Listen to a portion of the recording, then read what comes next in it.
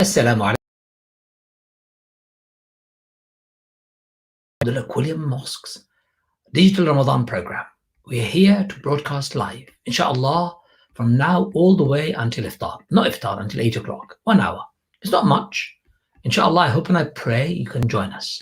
I hope and I pray you can stay with us. And I hope and I pray not only would you like to stay with us, but raise your questions and your concerns. You know, it is through our collective effort that we learn. It is through sharing of our thoughts that we grow. And it is through our collective experience we become better people, helping one another for the sake of Allah, for the betterment of humanity, and for the betterment of everybody in the world. So last 10 days of Ramadan is here. What can I say except to invite you, entice you to be more kind and hospitable, to be more kind and courteous, for to be more connected with Allah, to your fellow human beings, and ask Allah for forgiveness. The dua of the last 10 days of Ramadan. Allahumma innaka afuwun tuhibbul afwa fa'fu anni. Allahumma innaka afuwun tuhibbul afwa fa'fu anni. Oh Allah, you're the effacer. You love effacing. Please efface my sins. Allahumma innaka afuwun tuhibbul afwa fa'fu anni. Oh Allah, you're the effacer. You love effacing. Please efface my sins. That's the dua we make for the last 10 days of Ramadan, especially the odd numbered nights. Tonight is an odd numbered night. Please do wake up early if you can, or stay up as much as you can and ask Allah to help and support your endeavor to become closer to Him, your hard work to get your sins forgiven, for you to connect yourself with Allah. Remember your soul that resides inside you. Your soul needs food. Your soul's food is remembrance of Allah. Ala bi dhikrillahi tatma'innul qulub. It is by the regular remembrance of Allah that we connect with Allah. We find contentment. We find happiness. Most tranquil space and position. So brothers and sisters, pray tonight, pray extra. Connect with Allah in an extra way. Don't hesitate. Tonight, 21st night, 23rd night, 25th night, 27th night, and 29th night, every of those nights, wake up and ask Allah to help you. By asking Him more, you connect with Him more. No reason for you not to. When Allah wants you and wants to give you and I whatever we want, He comes to the first of the heavens and He delivers a good and big message. And He says, is there anybody out there amongst my servants who would like to ask me and I shall give it to them? Is there any of my servants out there who would like to ask me and I'll give it to them? And when the servants of Allah deliver, respond, wake up and make dua, Ya Allah, please forgive me. Allah says, my servant, I've forgiven you. Allah says, my servant, I've been giving you whatever you want. Ask me whatever you want. I am more happy to give it to you. I am more happy to give it to you than anything else in the world. Brothers and sisters, it is that opportunity for all of us. The last 10 days of Ramadan, opportunities to connect with Allah, opportunities to make ourselves better, opportunities to do extra ibadat, opportunities to make the best of our night and coming nights to come. We have Sheikh Waddah waiting for us. Let me invite him. Assalamu alaikum wa rahmatullahi wa barakatuh. How are you? Wa alaikum salam wa rahmatullahi wa barakatuh. How are you doing? Alhamdulillah, alhamdulillah. How are you? Alhamdulillah, Jazakallah khair. We're very, very happy and grateful that you could make it. Alhamdulillah. Alhamdulillah. How was your fasting yesterday? Alhamdulillah, same as every day, alhamdulillah. But, you know, some people are saying to me that it's getting to them. That is, you know, the more days that they're doing, the more they're feeling more shattered. But, subhanAllah, that's the time to search in with inside your nafs and get the ibadah out. Because whatever comes out with the mashaqqa, with hardship, is twice more ajr, subhanAllah. Allah accept it, inshallah. Okay, Sheikh, you're reciting Surah Al-Furqan, Bismillah. Surah Luqman, inshallah. Luqman. أعوذ بالله من الشيطان الرجيم بسم الله الرحمن الرحيم ألف لام ميم تلك آيات الكتاب الحكيم هدى ورحمة للمحسنين الذين يقيمون الصلاة ويؤتون الزكاة وهم بالآخرة هم يوقنون أولئك على هدى من ربهم وأولئك هم المفلحون ومن الناس من يشتري لهو الحديث ليضل عن سبيل الله بغير علم ويتخذها هزوا أولئك لهم عذاب مهين وإذا تتلى عليه آياتنا ولى مستكبرا كأن في أذنيه وقرا فبشره بعذاب أليم إن الذين آمنوا وعملوا الصالحات لهم جنات النعيم إن الذين آمنوا وعملوا الصالحات لهم جنات النعيم خالدين فيها وعد الله حقا وهو العزيز الحكيم خلق السماوات بغير عمد ترونها وألقى في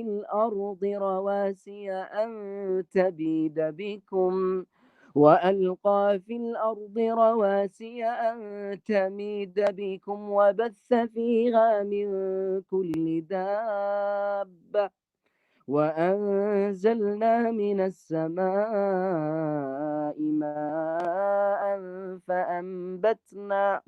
فأنبتنا فيها من كل زوج كريم هذا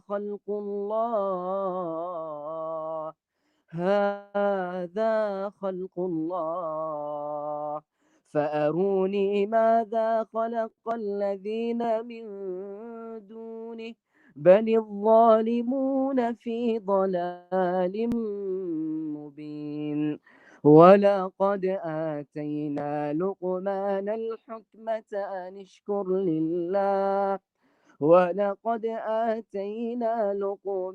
الحكمة أن اشكر لله ومن يشكر فإنما يشكر لنفسه ومن كفر فإن الله غني حميد وإذ قال لقمان لابنه وهو يعظه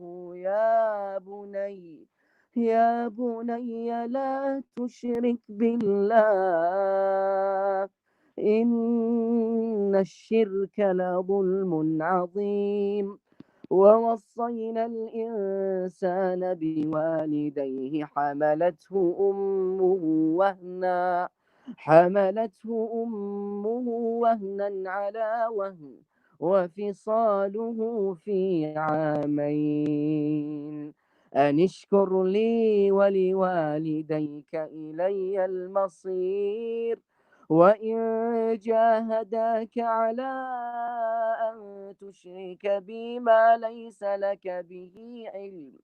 ما ليس لك به علم فلا تطعهما وصاحبهما في الدنيا معروفا واتبع سبيل من أناب إلي ثم إلي مرجعكم فأنبئكم بما كنتم تعملون يا بني إنها إن تك مثقال حبة من خردل فتكن في صخرة أو في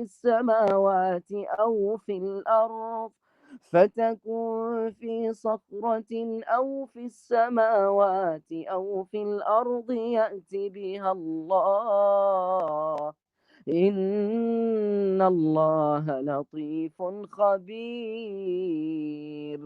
يا بني أقم الصلاة وأمر بالمعروف وانه عن المنكر واصبر على ما أصابك إن ذلك من عزم الأمور. ولا تصعر خدك للناس ولا تمش في الأرض مرحا إن الله لا يحب كل مختال فخور. واقصد في مشيك واغضض من صوتك إن أنكر الأصوات لصوت الحمير. ألم تروا أن الله سخر لكم ما في السماوات وما في الأرض وأسبغ عليكم نعمه ظاهرة وباطنة ومن الناس من يجادل في الله بغير علم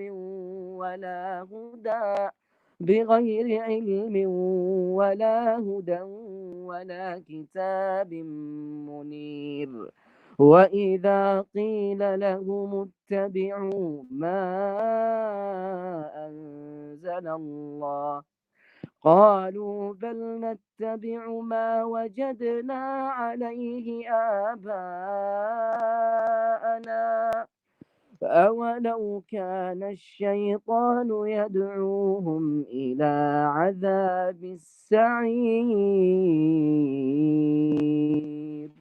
صدق الله العظيم. الله أكبر الله أكبر الله أكبر. Surah Luqman. سورة لقمان.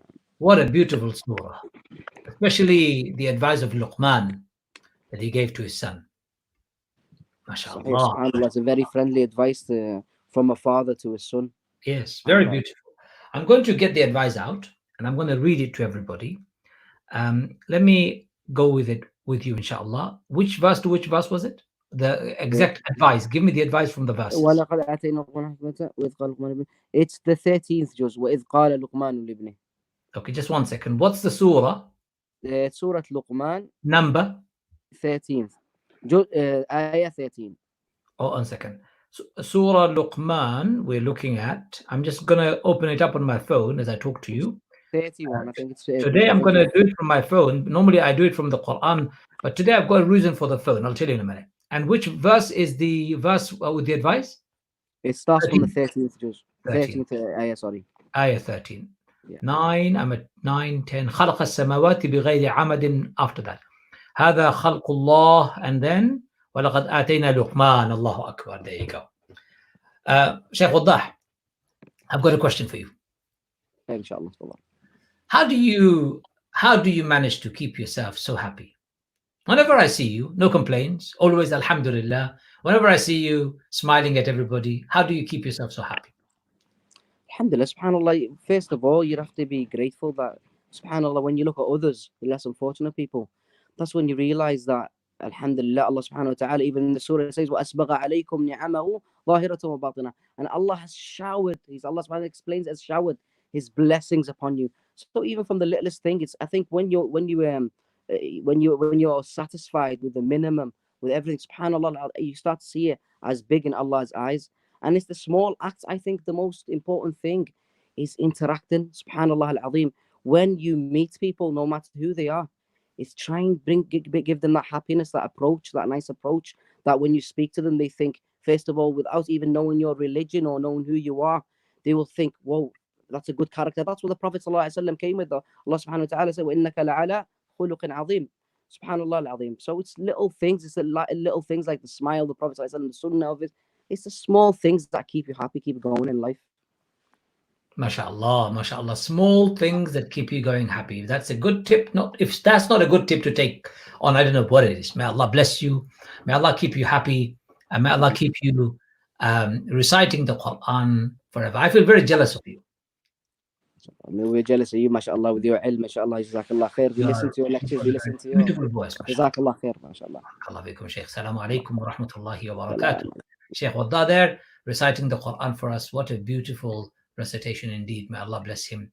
Give him hayatan tayyiba. Yes, Ghulam Rasul Bhai, thank you for the saying, mashallah, very beautiful recitation. Indeed, I love this man.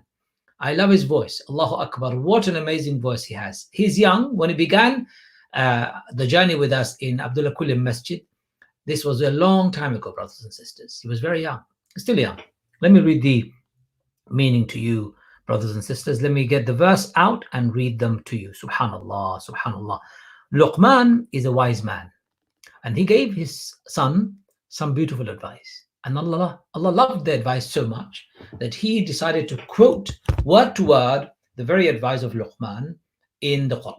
So Allah says, and indeed we granted his wisdom, this wisdom unto Luqman. Be grateful unto God, for he who is grateful unto him is but grateful for the good of his own self, whereas he who chooses to be ungrateful ought to know that verily God is self-sufficient, ever to be praised. And lo, Luqman spoke thus to his son, admonishing him with words, O my dear son, do not ascribe divinity, power to any but Allah. For behold, such a false ascribing of divinity is indeed an awesome wrong. And God says, we've enjoined upon man goodness towards his parents. His mother bore him by bearing strain upon strain, and his utter dependence on her lasted 2 years. Hence, O man, be grateful towards me and towards your parents. And remember that with me is all journey's end.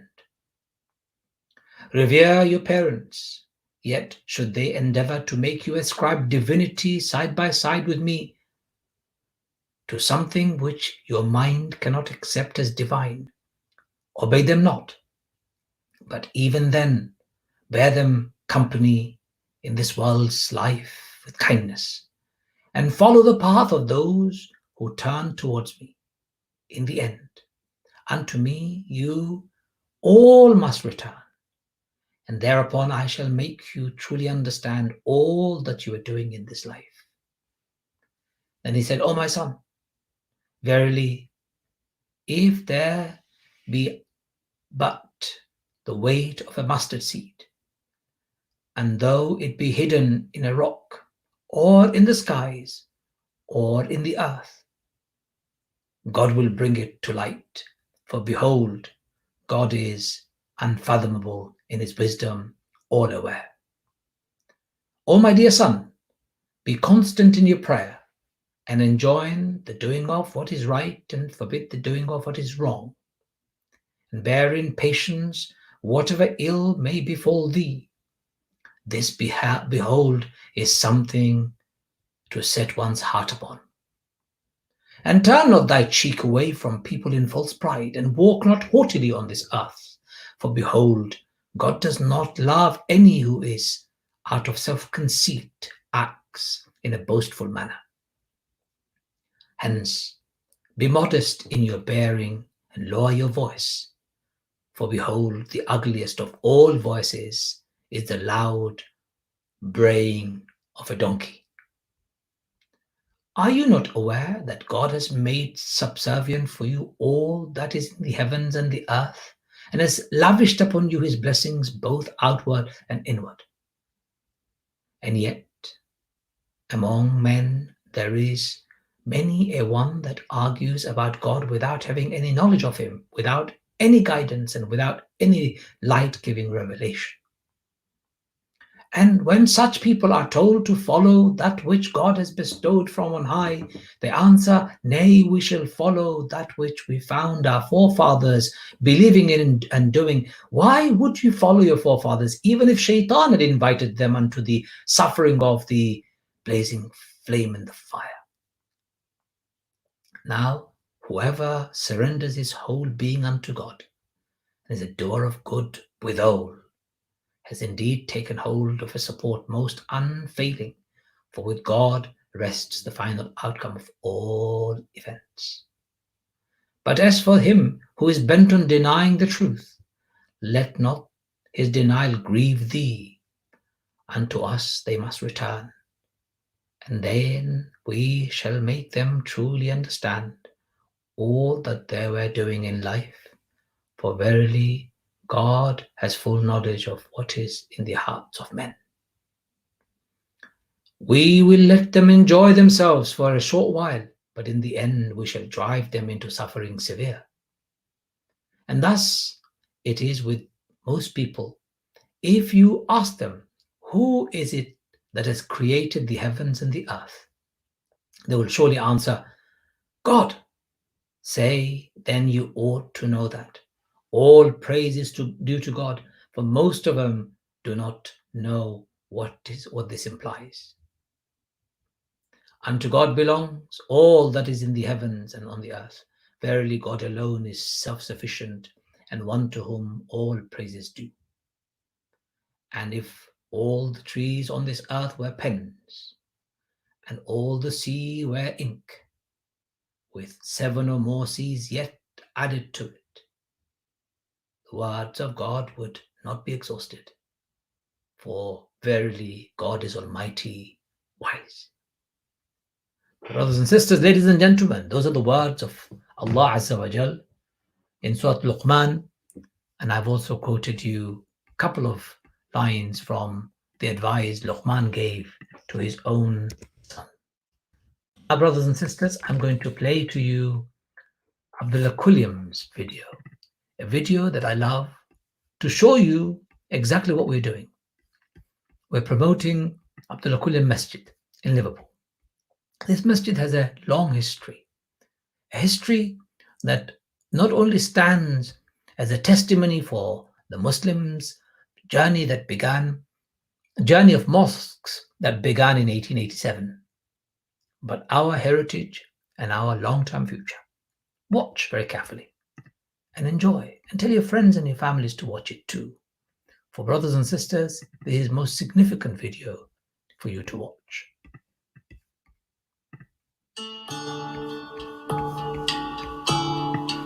Liverpool, one of Britain's first multi-faith migrant hubs, attracting Muslims from around the globe. It was here in 1856 that William Henry Quiliam was born, and later in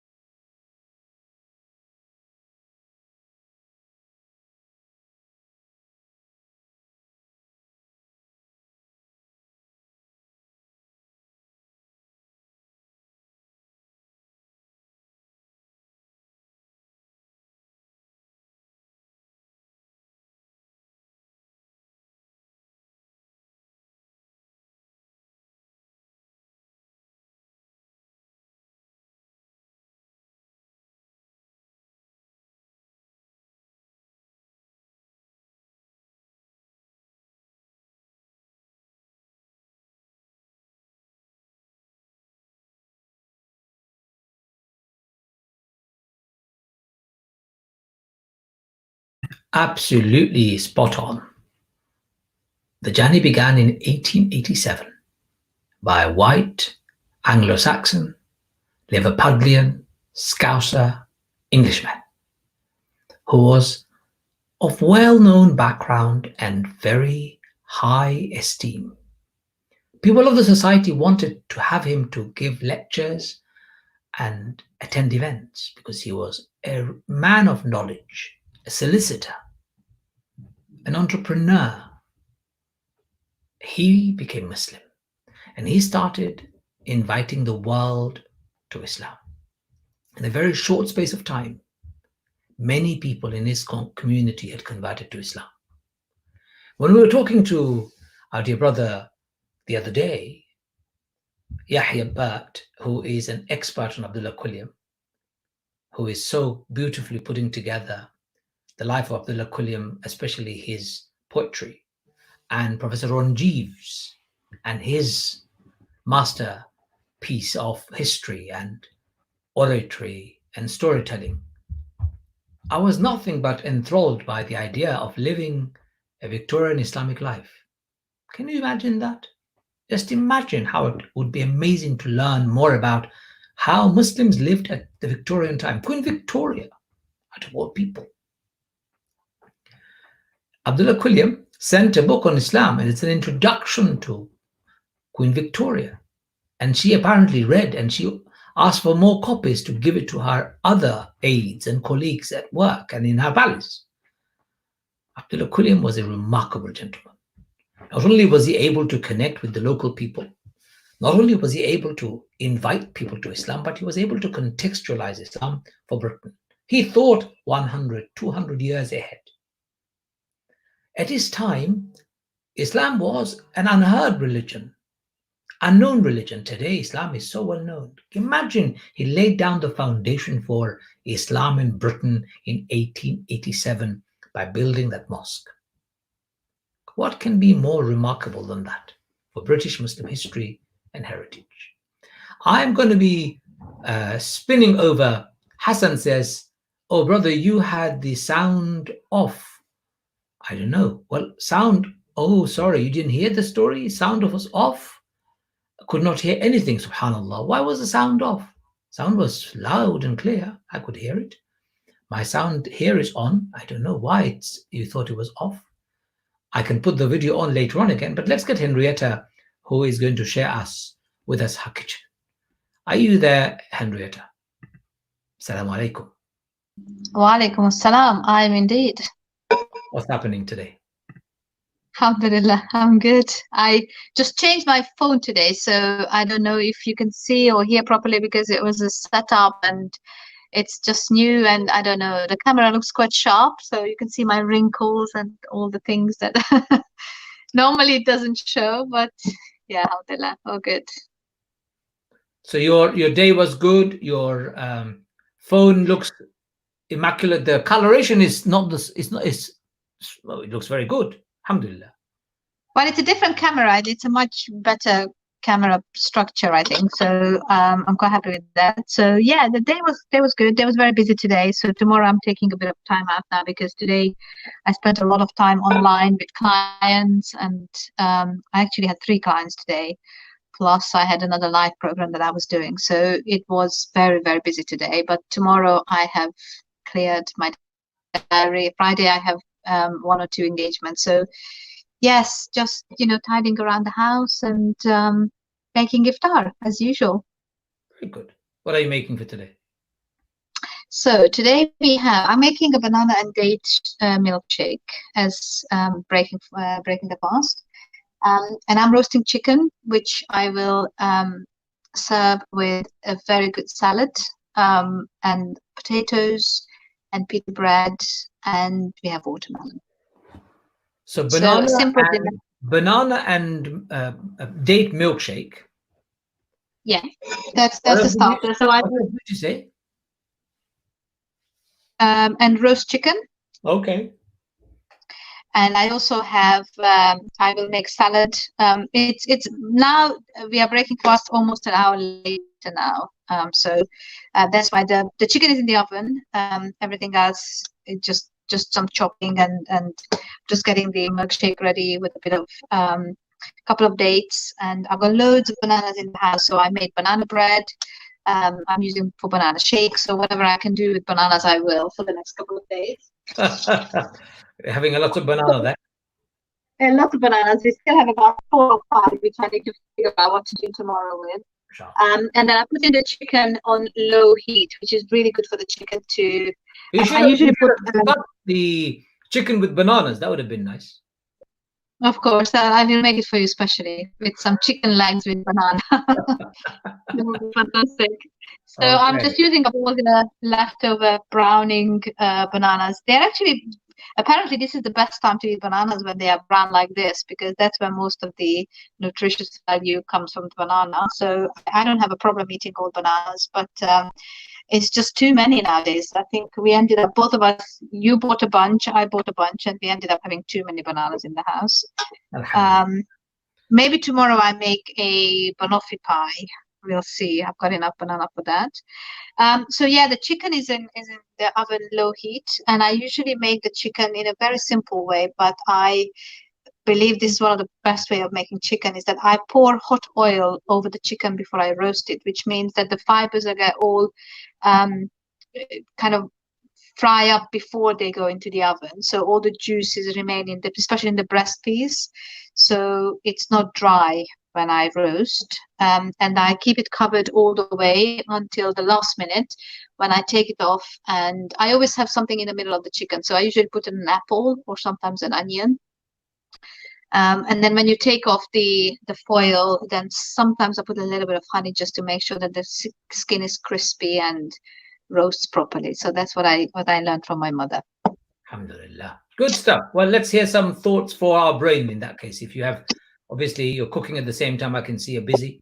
What's for our brain? So for the brain, so yesterday and the last couple of days we have been talking about knowledge, and I wanted to continue because there's still so much to talk about this. But there was a very beautiful quote which came from couple of sources. So one of them was a story from Fat al-Mawsili, and some philosophers were talking, and they were asking that what happens to the body. Will not a sick person who is prevented from nourishment, water and medicine die? And the scholars around him said, indeed.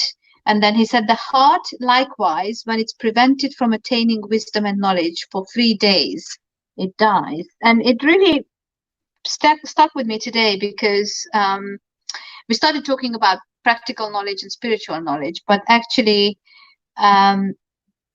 the heart is getting a special kind of education and a special kind of knowledge when it's Ramadan, and when we are not engaging the heart in learning. So it's about really understanding again that we can learn things in our head and we can learn things in our heart, and we can learn experiencing the knowledge that we are stuffing our head with. And I took a note saying that the heart is prevented, so the heart is likewise when it's prevented from attaining wisdom and knowledge for 3 days, and it dies, because wisdom is really grows in the heart. We need to, so wisdom isn't about a lot of knowledge, it isn't about saying the right thing at the right time, it's about understanding what to say, when to say. So it's a lot more complex than just giving out information. And then when the heart focuses on the worldly matters, it gets distracted, and it stops seeking knowledge. It will almost starve itself, and eventually the heart goes down another route where it's no longer engaged in seeking the closeness to God or seeking the bigger reasons of life, the bigger purpose that we have in life. And it's because the heart is directly connected to God. So we have to make that connection all the time, because our heart, every single time it beats, it goes for permission to God. Can I beat? And God says yes. Can I beat again? God says yes, and we continue living. And there will be a time when our heart goes to God to ask for living, and God will say, no, your time is up. So that is the same heart that is seeking knowledge, because it's continuously in conversation with God. But what we tend to do is we focus on our head, and we focus on all the worldly matters that we need to sort out, we need to pursue, we need to pick up, we need to drop, we need to, fix, whatever it is. But spiritual knowledge is really about making sure that we understand the reasons behind what happens when something happens to us. It gives a lot of comfort. It gives a lot of pleasure to us to be really heart-centered, means to be really peaceful about what's happening. And it could be something very difficult we are going through. I was seeing a client today, for example, and she was really tortured by her soul and the difficulties she was facing. And as we were talking about it and we talked through it, she kind of understood that difficulty is also the place where we have a lot of gems of wisdom. We have a lot of things we can develop from and grow from. So it is harder than having it easy, but nevertheless, there is always a gift. Every difficulty and challenge brings a gift. So that's why we need to keep our hearts alive, and it can only be to our benefit when we understand that when our heart is alive, then it picks up wisdom because it's more alert. So I find that very reassuring, that there is a spiritual food, which is reading, connecting, thinking about God, doing some dhikr, sitting with the Quran, or reading about. There's a very beautiful book I just picked up a couple of days ago, which talks about the presence of God in our everyday life. These are spiritual matters that will eventually reach the heart and feed it. There's a very beautiful also a very telling and a very beautiful story from Umar ibn Khattab. And what I love about this story is that it shows the importance of what we need to do for this, but it also shows something else. Omar said, "O people, seek knowledge assiduously, for God possesses a mantle of love. Whoever seeks even a single portion of knowledge, God will bestow upon him his mantle. Thus, if he commits a sin, he will still be regarded as in his good favor. If he commits the sin again, he will still be regarded as in his good favor. And if he commits the sin again, he will be still regarded as his good favor." It continues, "Thus, he does not remove his mantle from him, even if he continues with that sin until he dies." Now, what I make of this description and this story is that the seeking knowledge part is our responsibility, and it's really incumbent upon all of us to seek knowledge. Why? Because the seeker is more beloved to God than the one who doesn't seek. And it's, for me, what it reminds me of as well, that it's not the fact that we need to know all the answers, and we probably never get some answers in our lives, no matter how hard we try, no matter how long we seek. But it's the questioning and the seeking process that is so important, because then God can prevent us and almost, the mantle is upon us. It's a kind of protection, because in the seeking there is the hope that we will get to the answer that we need to get to. And even if we sin in that process, we are on the path of seeking. So God's love and forgiveness is always going to accompany what we do. And I think it's really reminded me that the heart is never settled until it feels it's peaceful. The heart is always seeking its place in the world, and we are continuously driven. And that's why seeking knowledge, not just with the head, but mainly with the heart, is so important, because the heart is continuing until it finds its rest. And usually, as a convert, I can say that that's the place and that's the time when you feel that you find your place with God. That's where you feel really peaceful. That's where you can let go of your attachments to everything else and find peace in that. And the last thing I wanted to read out, which I find very comforting, is that Luqman gave an advice to his son, and he said, "O my son, frequent the learned and sit as closely to them as possible. For God enlivens the heart with the light of wisdom, as he brings the earth to life with rain from the sky." Very poetic. It's very gentle, and it's just so full of hope that it's about the process of learning and sitting with the learned people. And we know this because when we sit with people of knowledge and wisdom, we become energized. We feel there is hope. There are so many different avenues that we can travel. We can seek knowledge about so many different subjects. And it makes us kind of come alive, like as he describes. It's just like the light of wisdom is exactly the same as life comes on earth with the rain from the sky. So I thought I'd share it with you because it's very beautiful. really poetic. I like the idea that heart is never settled unless and until we have fed it its right food. And your food for your heart or your soul cannot be a DIY process. You can't just go along and make it up yourself. Remember, we know what our brain needs. You can't be giving brain vegetables because, an example, in my adult life, if I give my brain baby books, my brain will become very bored very quickly. In my baby life, if I give the adult knowledge to my baby brain will not be able to cope with it. So I learn from life that I have to give my brain the adequate and the right food.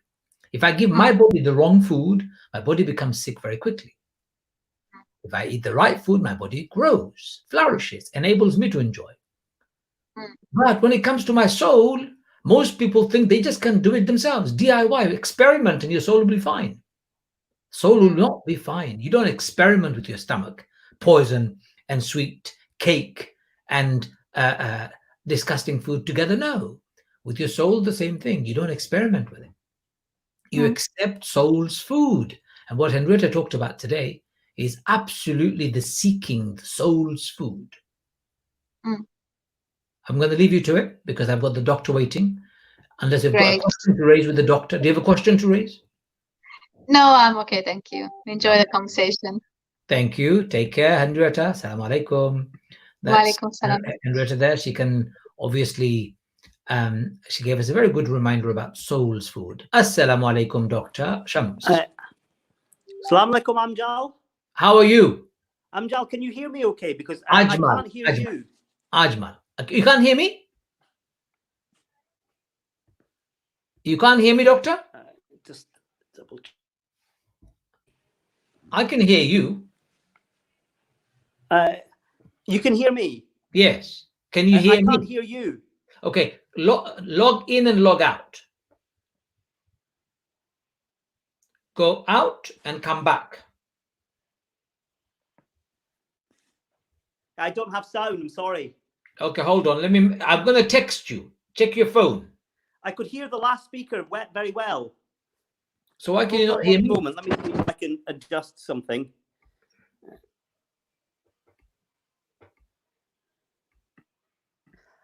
I'm going to log out and come back in. Good idea. Very good idea. Let's do that. Sometimes the system doesn't work in our favor. And of course, it can be temperamental and it can be problematic. Let's see if we can get the doctor back again. So your soul's food, my brothers and sisters, is not a DIY process. It's not experimental. You can't just make it up as you go along. You can't feed your soul food that will give it an allergic reaction. It will give problems to it. It will go out of control. It will spin. It will cause you disturbance. It will cause you discontent. It will cause you difficulty. You will not give your body bad food. You will not give your brain inadequate food. Why would you deny your soul its right food? I don't get it.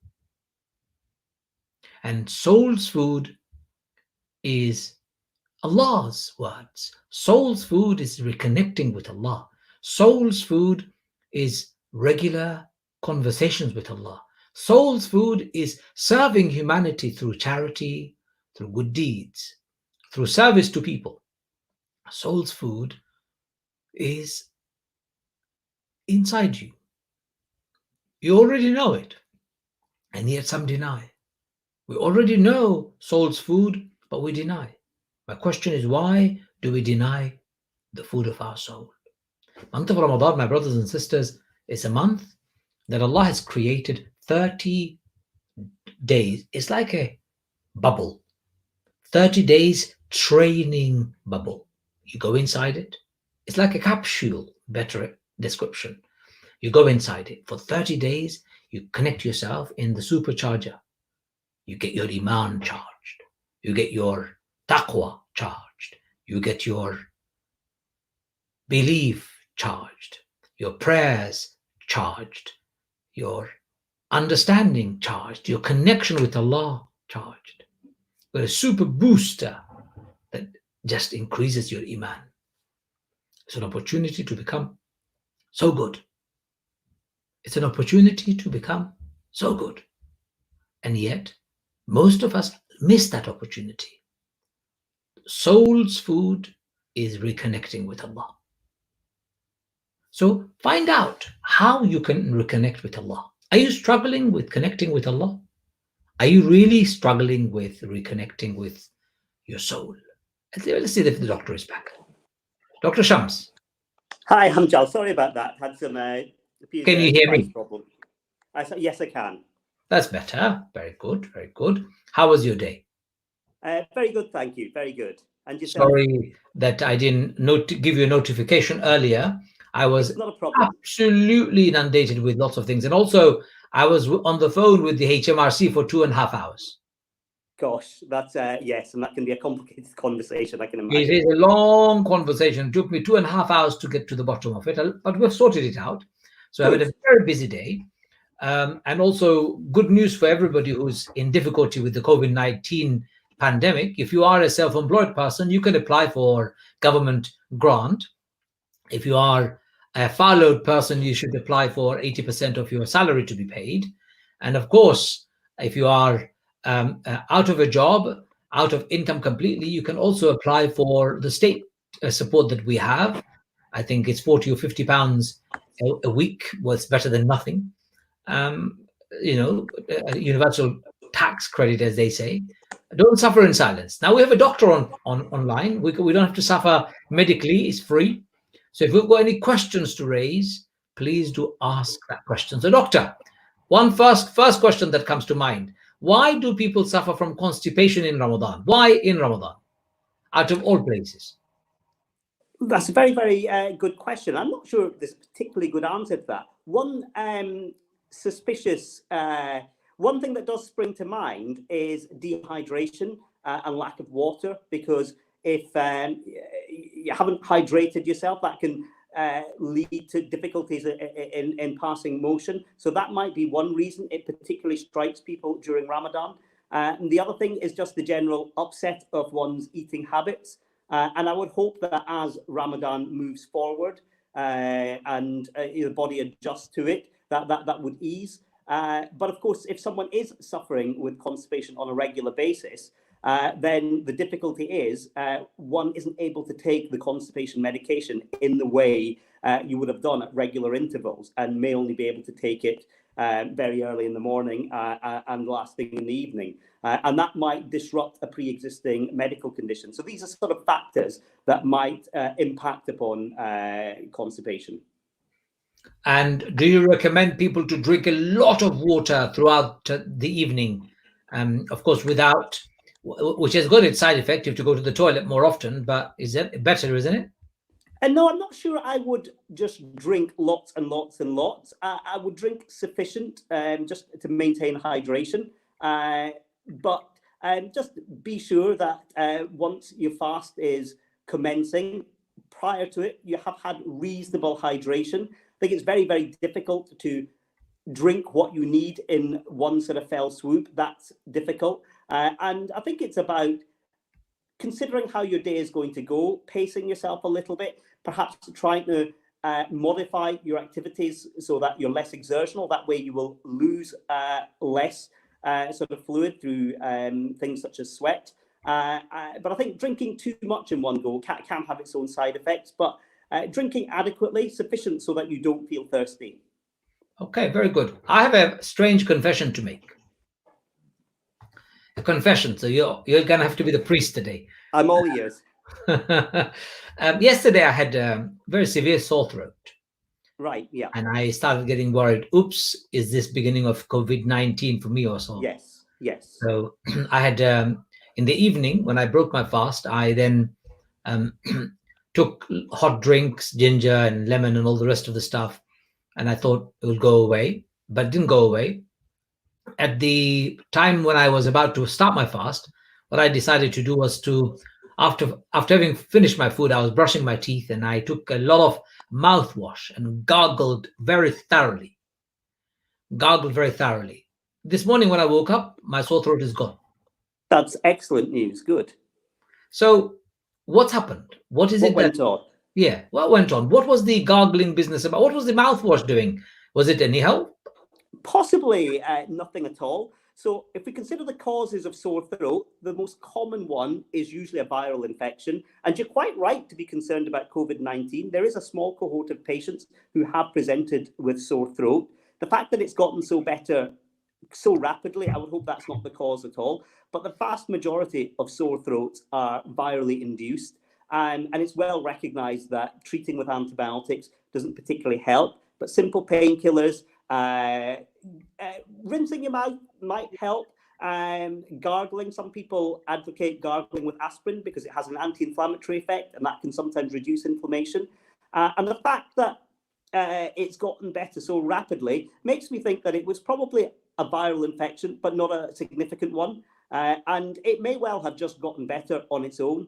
And things like the hot drinks and the ginger, that just helps as a sort of soothing effect. And most people would advocate that as your first line for sore throat, just a simple pain relief and things that ease the pain. So are you suggesting the age-old tradition of having a glass full of garlic, onion, enmeshed together and, pushed down your throat by your grandma or even your wife is absolutely a nonsense medically? Do you know something? If your grandmother or your wife has suggested it, I would certainly not belittle it in any way at all. The curious thing about garlic, it's very, very ill understood medically, but it has some soft, rather loose associations with reducing cardiovascular disease and generally being something good for you. I wouldn't put my hand on heart and say it's a hard science, but most dietitians would probably say garlic is quite a good thing. And certainly it's not going to do you any harm. So I can see garlic having a role, but I wouldn't see it as a replacement for if you have a severe sore throat or you're really suffering, as a sort of replacement for a medical assessment. What about ginger? I can swear on ginger. I've had a severe temperature that I had taken ginger and it knocked it out. And many people do things like ginger and garlic. They probably have effects that are going to be difficult to quantify and understand. And if you look a lot at our medicines that we use within drugs and tablets themselves, most of them will come from plants. In fact, the Royal College of Physicians in Edinburgh was originally a botanical society. And if you do go there and you are in Edinburgh, you can visit the Royal College of Physicians. And upstairs they have a library. And actually there's a massive botanical section in it. So plant life, botany, herbs, these are quite closely related to medicine. So it wouldn't surprise me if there are some effects that are beneficial, but if you have a severe temperature and it isn't settling with the ginger, I wouldn't substitute it for a medical assessment. I wouldn't want to make your job a job of redundancy as soon as that by me taking garlic and ginger or onion. One thing I do hate is the taste of raw onion. I don't mind ginger. I can tolerate garlic, but I can't taste raw onion. It just That's a difficult one. I would agree with that. It does my head in. I'm so sorry. Let's move on with this a little bit further. How do we keep our immunity strong during the month of Ramadan when we're not eating? What kind of food can we eat to keep ourselves up to date with our immunity against, everyday illnesses? So generally speaking, the answer to that question is quite simply what you would have on a day-to-day basis with a good, healthy diet. So if you're looking at breaking your fast, make sure you have plenty of vegetables, plenty of things containing vitamins. So milk, for example, a strong one with calcium.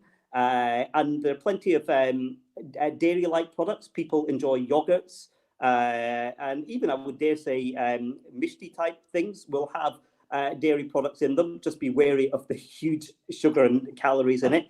But I would say a good balanced diet will build an immunity. So vegetables such as carrots, excellent for vitamin A, broccoli, peas, good source of iron. And these are all sort of things that you need to keep your immune system in good shape. Good hydration, as I've said. So before your fast begins, make sure you are well hydrated. Drinking lots and lots would probably just make you rush to the bathroom sooner than you normally would. I'm not sure how helpful that is, but well, that will disrupt your sleep a lot. Disrupt your sleep a lot. I'm assuming that would make you irritated. Absolutely, yes, it would. Yeah, and you may find up getting up when you didn't have to. So keeping yourself hydrated, making sure that your balance of fruit, vegetables are a good source. I have to be honest. I don't know what are in dates, because lots of people break their fast within dates. It wouldn't surprise me if they were a good source of. Apparently, date has got huge amounts of nutrients, minerals that you need, and I've done some research about it. But obviously, that's for another time, Doctor. Let me finish our program at 8 o'clock as promised. My audience or the viewers want to go and have a bit of a break and start preparing for their iftar. I want to say thank you again, and I would like to have you back on Wednesday. Today's Tuesday. So can I book you for Friday again, please? Of course you can. It'd be a great pleasure. See you then. See you then. Thank you very much. Bye now.